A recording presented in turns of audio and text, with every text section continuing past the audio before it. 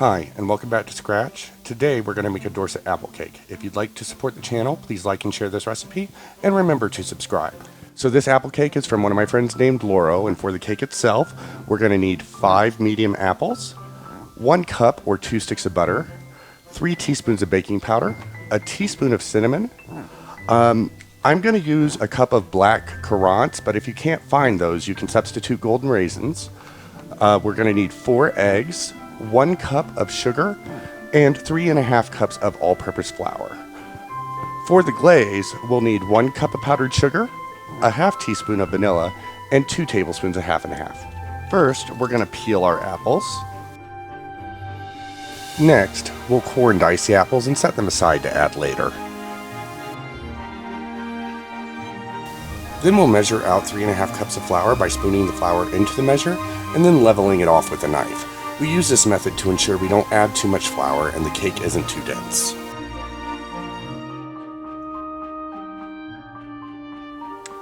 Then we'll cut our butter into cubes and cut it into the flour.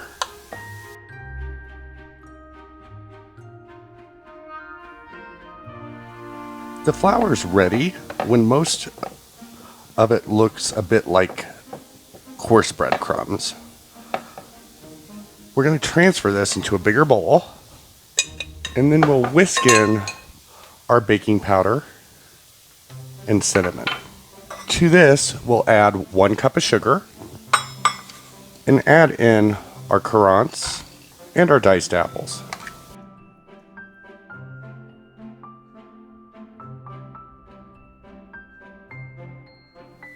Next, we'll beat together 4 eggs.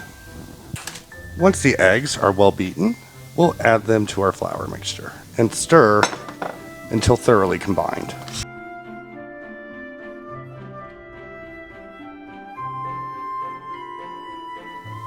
Once you've mixed the apple cake, it should look a little bit like a cookie dough. Now we're going to grease a 9-inch bundt pan with a cooking spray that contains flour.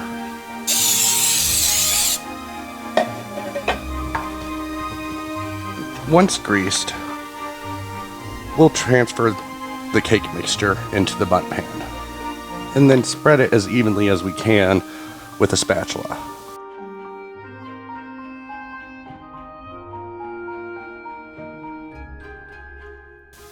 We've preheated our oven to 375 degrees Fahrenheit, so we're going to place our apple cake on the middle rack and allow it to bake for about an hour. It's been an hour, so we're going to check on our apple cake. And this actually looks about done. What we're looking for is for it to start to pull away from the sides a little. And then we're also going to do a little bit of a toothpick test to make sure the toothpick comes out clean. And this is done, so we're going to remove it from the oven. And we're going to allow it to cool in the pan for 30 minutes. We've let our cake cool in the pan for about 30 minutes. In order to keep it from getting soggy, we're now going to flip this out onto a cake dish.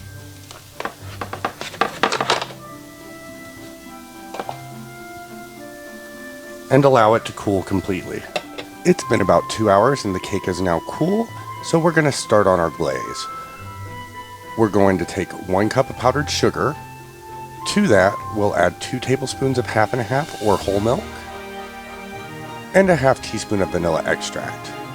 We'll whisk these ingredients together until it forms a nice uniform glaze with no clumps.